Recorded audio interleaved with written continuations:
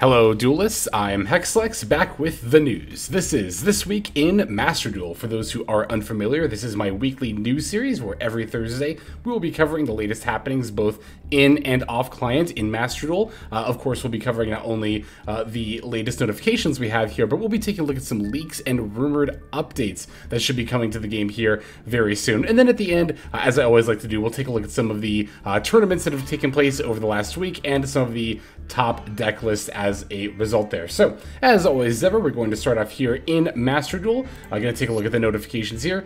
We have in the last week or so, actually I think the day after my last episode went off is when we got the new secret packs here. So we did finally get a secret pack for Sword Souls, and on top of that we even got one for Punks as well. I know I have very much been enjoying the Punk pack, as I did manage to finally pull the Rising Carp and Amazing Dragon that I needed to finish the deck there. And Sword Soul has been a deck that has been desperately needing a secret pack for honestly over a year at this point. It's been a year and 3 months since Sword Soul came out, and they have definitely been a top contender as far as meta decks in that entire time span. So it's definitely nice to finally have a secret pack for one of the more sought after decks out there in terms of just playability and, of course, you know, before the secret pack was available, ease of crafting. Had a couple of surveys in the meantime. Oh, of course, we did also get the WCS 2023, all that fun stuff came out there. So the finals event page launched. If you haven't voted for which team you think will win, definitely go ahead and do that, as you will get legacy packs and a chance to win gems as a result of that. There was also a new gate that was added to solo mode, the 10E gate. I imagine this coincided very nicely with the Sword Soul secret pack releasing just last week, very intentionally. It's got a couple of new cosmetics. It's got a new sleeve, a new icon, and of course, as always ever, 200 gems to collect in there. So in client, you know, oh, and then we also had the new season begin, but no new really notifications as far as that goes. No new ranks, nothing like that. Just the same as it's been the past couple of seasons since we had Master Rank introduced. So as far as what's happening here in client and Master Duel, not a whole lot. The new solo gate and the new secret packs are definitely exciting, but what's even more exciting than that are some of the leaks and rumors that we've been seeing off client here. So let me go ahead and pop over to Master Duel Meta right here. This is, as always ever, my primary source for leaks and updates. Seems to be the best one for Master Duel in general. As always, though, I do comb through multiple sources every week. It's just most often that Master Duel Meta is the one that ends up having the relevant info. So, right off the bat, we're seeing something that a lot of players have been anticipating, either eagerly or less than, depending on how you feel about the archetype. But KASHTIRA cards are rumored to be coming very soon. That's going to include Fenrir, Unicorn, and Shangri-La. Now, you've probably heard a lot about these KASHTIRA cards and about how scary they are, but it seems like the KASHTIRAs are actually going to release the same way they did in the TCG and OCG in two distinct waves of support. It's actually also how Tier Limit released as well, but just for whatever reason in Master Duel, we end up getting like every Tier Limit card all at once, and a lot of people thought the same thing was going to happen with KASHTIRA, and we're a little bit worried as a result. If KASHTIRA got all of its support and none of it got pre-hit, it would be, I don't know if by far, but it would definitely be the top deck in Master Duel. And the main reason a lot of people aren't looking forward to playing against KASHTIRA is because the archetype has a lot of inherent kind of abilities that people typically don't find it fun to play against, namely the ability to banish, and in particular banish cards from the extra deck face down. You can see they're already sending people out to stop people from doing this. No, I'm kidding. You can hear that siren there. But anyway, Shangri-La, this is going to be kind of like the epitome of what this archetype is kind of all about in a lot of ways. Namely the ability that each time an opponent's card is banished face down, you can choose an unused monster or spell trap zone, and then the opponent can't use it. So as if banishing cards from the graveyard and banishing cards to the extra deck face down wasn't bad enough, this archetype also zone locks you. But don't worry, it's not going to be very efficient at zone locking as soon as it's released. Again, assuming we're only getting the first wave of support. And indeed, it looks like we only have really 3 cards that have been leaked here so far. Of course, one of them is going to be KASHTIRA Fenrir. For those who are not familiar with this card in particular, KASHTIRA Fenrir is not just a great card in the KASHTIRA archetype. It's actually just a great kind kind of staple-ish card all around. It's a level 7 Earth Psychic monster with 2400 attack and defense. If you control no monsters, you can special it from your hand. That's a pretty common effect among all KASHTIRA main deck monsters. But once per turn during your main phase, you can add a KASHTIRA monster from deck to hand, including a copy of itself. It does not exclude itself, so even if you're only playing the Fenrir's, they still cycle for more copies of themselves. And then when this card declares an attack, or if your opponent activates a monster effect except during the damage step, you can target a face-up card your opponent controls and banish it face down. Wow, what a powerful effect. What a powerful effect. Banishing face down in particular is scary because, of course, that means that cards that normally interact with the banish pile will not be able to interact with that face down banished card. So, yeah, again, this card in particular, it's going to be an Ultra, 100%. There's no shot this card is not an Ultra. And if it comes out at 3, it will be an instant 3 of for pretty much everybody to either pull or craft. Because, again, it's very useful not only within the KASHTIRA archetype, but again, the ability to special itself, to banish cards face down for a very easily condition, by the way, either it attacking or your opponent activating a monster effect. And on top of that, you can even add more copies of itself from deck to hand. There is also the KASHTIRA Unicorn. Like Fenrir, it can special itself from hand if you control no monsters. It adds KASHTIRA spells rather than monsters. And then if it declares an attack, or if your opponent activates a monster effect, you look at your opponent's extra deck and then banish a monster from it face down. So, yeah, that's kind of what the archetype's all about. It's not going to do that very efficiently right away, probably, if it only gets the first wave of support. But after that, we'll definitely expect to see a lot more from this archetype. And again, KASHTIRA Fenrir in particular would definitely expect to see a lot of this card around, just period. So, there is a lot more than just that, though. There are quite a few other things that got leaked. It seems like, from what I've heard people say, there might be 2 selection packs coming out at the same time. Would make sense given that we have the WCS 2023 season coming out at like literally the same time as these packs are allegedly coming out. So getting a lot of people very interested in the game, releasing a lot of new cards to get people excited, makes a lot of sense. So the next leak that we have here is for just various anime support cards. You know, more Dark Magician fusions, more Red Eyes support, got a new number 39, some more BLS support, and honestly, nothing here is really outstanding. Golden Rule is actually kind of insane for Crystal Beast, but beyond that, and I mean, if you're really interested in like the Obelisk support, that's actually not like terrible. It's not like unplayable, but for the most part, I would not expect really anything among these support cards here to see play. Again, this is all just pretty much for just various archetypes and such. Gravekeeper's Inscription. This card actually a lot of people thought was going to be insane when it first came out, but I haven't seen or really heard about it putting up any results. The idea being that you know, you lock yourself out of one of these conditions, either activating card effects in the graveyard, banishing cards from the graveyard, or summoning monsters from the graveyard, but you lock your opponent out of it as well. Honestly, I wouldn't expect to see this card. I would expect to see this card see any play in Master Duel, period, because Master Duel is best of 1, and Gravekeeper's Inscription is definitely a sideboard card, but even then, from what I can tell, TCG and OCG decks don't side deck it either. So, if you like any of these archetypes in particular, this is going to be a good pack for you. Otherwise, it's not really a whole lot going on here, honestly. Draco Slayer. This has actually been one that's been relatively highly anticipated. The Draco Slayer Pendulum monsters. I will admit that I have not really read too much into them, so I'm not really super familiar with them. Draco Slayer is an archetype that before didn't particularly interest me personally, but I will say that them getting pendulums is actually kind of cool, because for the most part, Draco Slayer is really just not about... oh no, I'm sorry, I'm thinking of True Kings. I always get True Kings and Draco Slayers mixed up because I think they're part of the same lore. But no, Draco Slayers are actually part, or a pendulum archetype. So disregard what I said about not liking Draco Slayers. I was thinking of True Kings and also of them not having any pendulum support before. I don't really know much about Draco Slayers, to be honest, so I can't really speak too much to how good these cards are, but they're definitely a welcome boost for pendulums in general as well as their archetype. Sky Striker and Adventure. This one's a little bit misleading, particularly the bit about... Oh, no, sorry, I'm thinking about something else a little bit later. I was thinking about... no, we'll see that in a second here. Yeah. In any case, Sky Striker and Adventure. We are getting new Sky Striker and Adventure support, but I would not hold your breath for the vast majority of it. I will say the new Link 2 monster, Azalea, which can be link summoned using any 2 light and or dark monsters and has the ability to destroy a card on the field when summoned.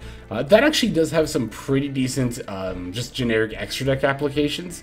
I would expect it to be kind of like Donner for hire, right? Where it's not like every deck will start running it, but certain decks want a Link 2, and certain decks also like the ability to have easy access to removal from the extra deck, and for decks that meet those conditions, as well as the condition to summon this monster, this will be a very welcome addition to their extra deck.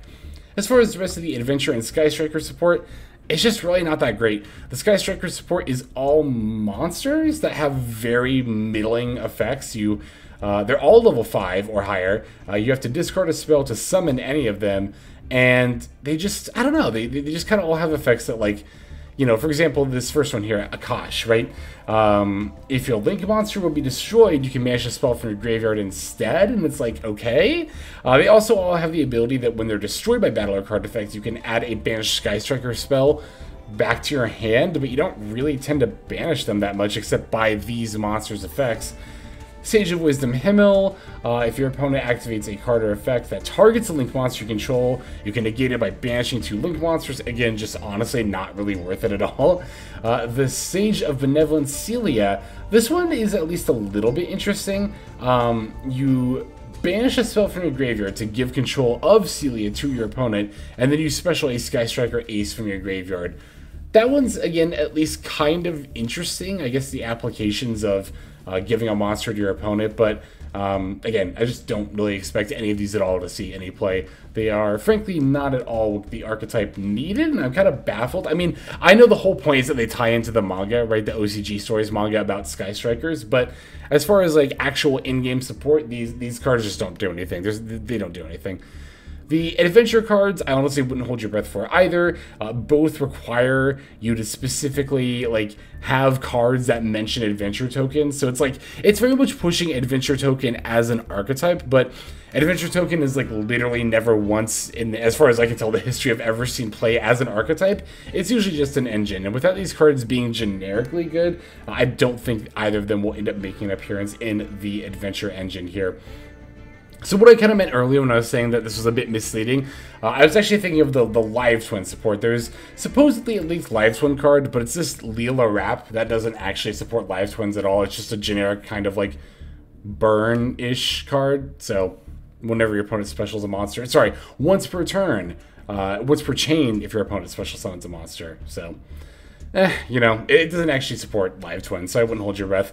Amazement and Valence are getting a couple of support cards, though. I don't really know enough about either archetype to know if they're going to really boost the deck's power, but they're there, so, you know.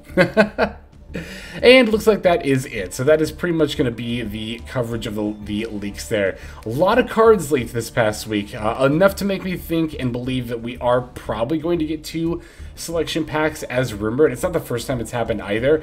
The most notable of them are definitely going to be these KASHTIRA cards, though. I would definitely keep your eyes on these, and I will definitely be waiting with bated breath to see exactly how much of the first wave, or how much of the KASHTIRA support in general we're going to be getting. If it's just going to be the first wave, or if we are going to be getting more than this. So that's pretty much it for leaks and rumors. Now let's go ahead and take a look at some tournament deck lists I wanted to show off. Not this page here, this one here. So just a couple of tournaments that I want to see the results from.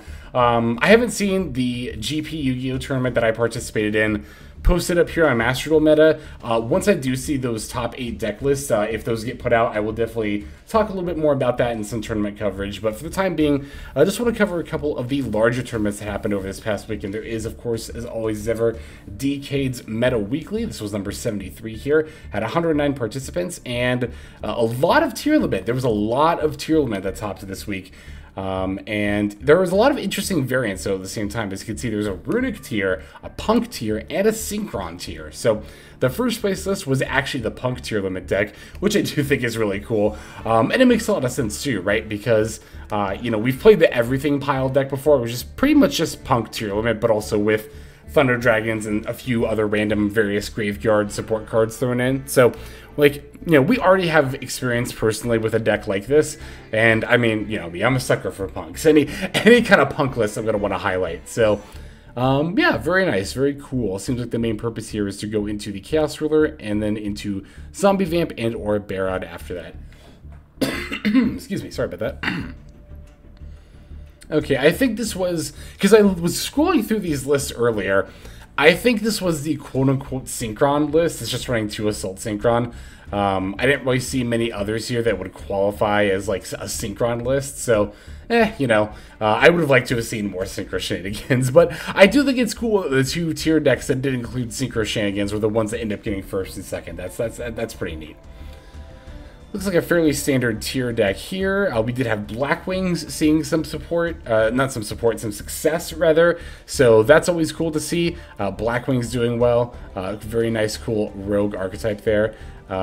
We have this tier limit deck. Looks pretty standard, not a whole lot too special going on here. Same with this one. I guess they are playing Pankit, which is kind of interesting, but nah. Oh, and red reboots. I've said this before, I'll say it again. You know, even in like a tournament setting, I don't think it's worth it to main deck red reboot. I don't think there's enough lab running around to justify it. I mean, to be fair, this person did get, what, top 8? So, you know, I won't knock them for getting top 8, but I will say the deck choice of red reboot, especially when you're already playing cards that kind of lend to, like, bricking, is like, I don't know, seems a little excessive in my opinion. Here's a non-tier limit deck. We have Dragon Link. Fairly standard looking Dragon Link. Still, you know, always very nice to see. I personally think that anyway.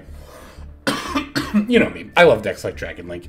Here's the Runic tier. That's actually pretty interesting. I would not have expected these archetypes to really blend together, like, at all. But, yeah, I don't know. It definitely seems to have, I mean, it worked. They got top 8. So I'm kind of struggling to see why, like, what the actual synergy is, right? Like, I was expecting kind of like an aha card, right? Like a card in this build that makes me go, ah, so that's why you would want to blend Runics and tier limit. But I'm not really seeing it here. So I guess in the end, we just blended 2 strong archetypes and it ended up working out for us. All right. Here we have a Sprite build. They were on Divas, 2 Divas in particular, in addition to the Frogs and Nimbles. That's actually pretty interesting. Yeah, all right, interesting there. Oh, and they main deck 3 Super Polys. I was wondering what this Earth Golem Adagnister was doing here, but yeah, it's because we have the 3 Super Polys in the main deck. More tier limits. We have Lunalite tiers here. It's actually a pretty good deck, honestly. I've seen my good friend Rorkalos stream it a couple of times, and yeah, it's a very, very good variant. I think it's a little bit slept on. Like, I don't think it's like the best variant by any means, but I definitely think more people should be playing it than there are. We had Thunder Dragon see some success. That's always nice to see. Heroes getting some action in there. Dark World. This is like a full kind of like turbo-y Dark World deck. No Maxis or Ash Blossoms or any of that noise. So that's kind of cool. We have another tier deck here, and then there we go. So yeah, lots of tiers topping this time around. In fact, I would suspect this Meta Weekly is a large part of the reason why, if you go over to the tier list on Master Duel Meta right now, you'll see that tiers are once again actually a decent bit higher than everything else. As always, ever, it's important to keep in mind that Master Duel Meta's tier list does not necessarily reflect the meta in its current power level, or rather these decks at their accurate current power level, because it only counts tournaments that are submitted to Master Duel Meta. So ladder is not factored in at all here, nor are some tournaments like the one I participated in this last weekend. So yeah, tier limits, it definitely did get a nice boost from Fusion Grapha, but I don't personally think it's this much more powerful than the rest of the meta, but, you know, of course, as always as ever, we'll see how things end up playing out. So, one other tournament I wanted to cover here, which is the China Master Duel Weekly number 54. Again, we actually saw a good amount of tier limits topping here, as well as a variety of other decks. But it was actually not only Sprites that end up winning, but 60-card Sprite Prank Kid Adventure. This is such a cool concept. 60-card deck that doesn't even play grass, but really is just playing so many different archetypes that do actually work pretty decently well together. The Prank Kid line, so we're not actually playing a full Prank Kid deck. If you look at the extra deck, we don't have Battle Butler or anything like that. So you might be wondering, well, okay, why play Prank Kids with Sprite then? And that's kind of what I was thinking at first too. And then it hit me. Oh, what we're doing is, I think what we're doing anyway, is you know, we're starting off with a Prank Kid line. The cool thing is Dropsies is level 2, so if we have Sprite monsters, we can open literally any Prank Kid, and then at some point in the combo line, we just summon the Dropsies, and then we can start specialing our sprites. But we start with one Prank Kid, right? We link it to Meow Meow Moo, summon another Prank Kid, link those into Doodle Doodle Doo, summon our third Prank Kid, and now we have a Prank Kid, we have a monster as well as a Link 2. That right there is a 1-card 3200 gigantic sprite that can immediately start pulling out the blue from the deck, and then the jet, and then so on and so forth. So I think that's really cool, actually, to blend Prank Kids with sprites in that manner. It actually really makes me want to try it. I think this is an insanely cool list. Huge props to the player who topped this. Again, especially a 60-card list with no grass, and still winning the whole thing. And this was a, you know, 118 players. It's a very respectable tournament size. So very, very nice. I love this list here. We see Blackwing having some success yet again, getting second place in this tournament. Yeah, Blackwing, especially with this latest wave of support, is definitely one of those decks that feels like if it had been released even like 6 months ago, I feel like this would have been like a tier 2 deck. Like, it just seems very, very strong, and ultimately a lot of the reason that it's kind of getting slept on a little bit is just because the overall power level of decks like Sprite and tier are just significantly higher. I don't know about significantly higher than like the stuff Blackwing's trying to do, but just overall higher than like the rest of the meta. So Blackwing, I think, again, had it been released like 6 to 9 months ago, would have absolutely stood out as an extremely strong deck. So definitely makes sense to me why we're seeing Blackwing keep popping up in these tournament tops here.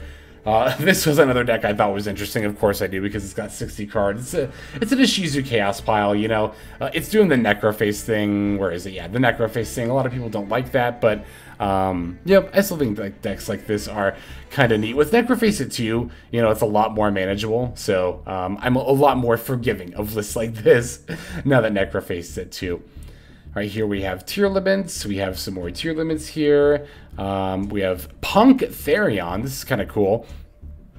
Just pretty much playing pure, not pure of each, obviously, because you're blending the two decks together, but it's literally just Punks and Therions, and it ends up working out pretty decently. I don't know enough about Therions to really, I guess because a lot of them are good levels to sync with for Punks, like 7 or 8 or 8. So we have another 7 here. So yeah, just getting to be able to throw out free level 7s and 8s to go with your level 3 tuners seems pretty rad here. I got more tier limit, and yeah, that's gonna do it for the top 8 lists here. So very cool stuff. Again, this Prank Kid sprite list I think is really cool. Again, just in general, the idea of using Prank Kids to set up that gigantic sprite in that manner is ingenious. I love it, and I think it's very, very neat. And it also makes sense why we're playing adventures in this deck too, because the adventure archetype and package very nicely complements both sprites and the Prank Kids there. So that is going to cover it for this week in Master Duel. Thank you all for watching, and without further ado, I'm just going to go ahead and move now to the outro. Alright everybody, thank you so much for watching all the way to the very end of the video like this. That means a whole lot to me. Not just personally, but it's also a great way of supporting the channel as well. If you're interested in supporting the channel in other means, you can of course feel free to comment and or subscribe right here on YouTube. I'm always looking to the comments section. You guys leave some pretty awesome feedback as far as like constructive criticism goes when it comes to deck building, gameplay, channel content, all that stuff. So feel free to leave your opinion down there. I will be sure to take a look at that there. And then subscribing is going to be the best way to get notifications of when these videos drop. That does happen every day, by the way, so if you're looking for daily Master Duel content, you've come to the right place. And there are more places where you can get some daily Master Duel content. If you check out the description below, follow the top link over to my Patreon page. There for just $5 a month, which is as much as you pay for a booster pack. You'll find a lot more value than a pack full of filler over there. We've got some previews for content upcoming here on the channel. We've got some exclusive games that are only posted over on Patreon over there. We've got some Q&As, and then you can also have your name featured in this lovely credit sequence where I thank all of the people who are helping contribute over there on Patreon. It's a huge support to the channel, and it really means a lot as well. So thank you everyone who is donating that is featured here on screen. And again, you know, it's not just a pure donation, you do get some more daily Master Duel content over there just for being a part of the Patreon. But think that's about all the time that I have for today's video. Once again, I just want to thank you so very much for sticking all the way to the end of the video. Again, it just means a lot, as I do put a decent amount of work into getting these videos out every single day. But that's about all the time that I've got for now, so without further ado, this is Hexlex. I'm signing out, and I hope you have a fantastic day.